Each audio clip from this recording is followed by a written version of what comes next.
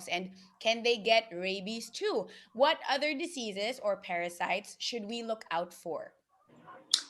Okay, so number one, do cats have vaccines like dogs? Of course they have, but the difference is they only have like two series of vaccines. So normally we follow the vaccination protocols for cats in the Philippine Animal Hospital Association. So we have to vaccinate cats at least 6 weeks of age, and then to be repeated like interval of 2 to 3 weeks. So meron tayong tinatawag na 4-in-1, and then for the second series of vaccines is another 4-in-1.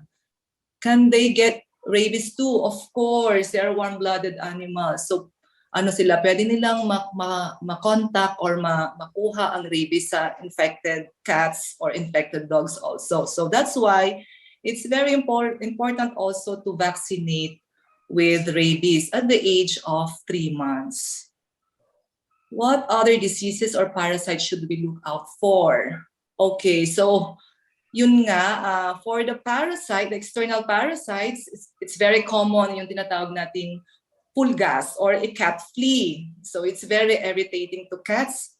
It's very itchy, and it's also transferable to us humans. So basically, we should have to bring our cats for checkup or for a regular flea treatment or flea prevention in the clinic and the veterinary clinic.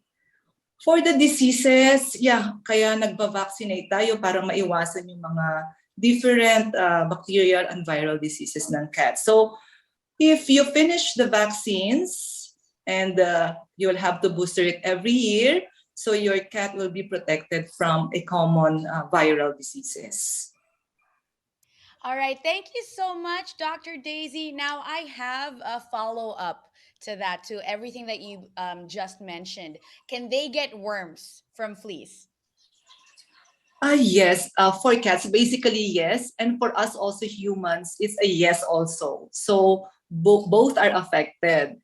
So sa cat, pag na-ingest nila yung flea, since the flea is a carrier of a ova or tinatawag nating tapeworm ova or eggs, so they will harbor the parasite, or they will harbor the worms.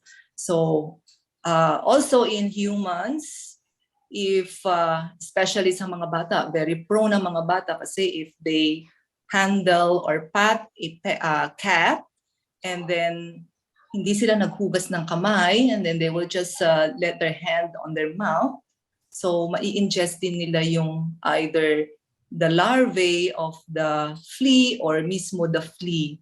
So it's very important to have your cats under prevention and treatment of flea para maiwasan natin yung pagkakaroon ng bulate for our cats and for us also.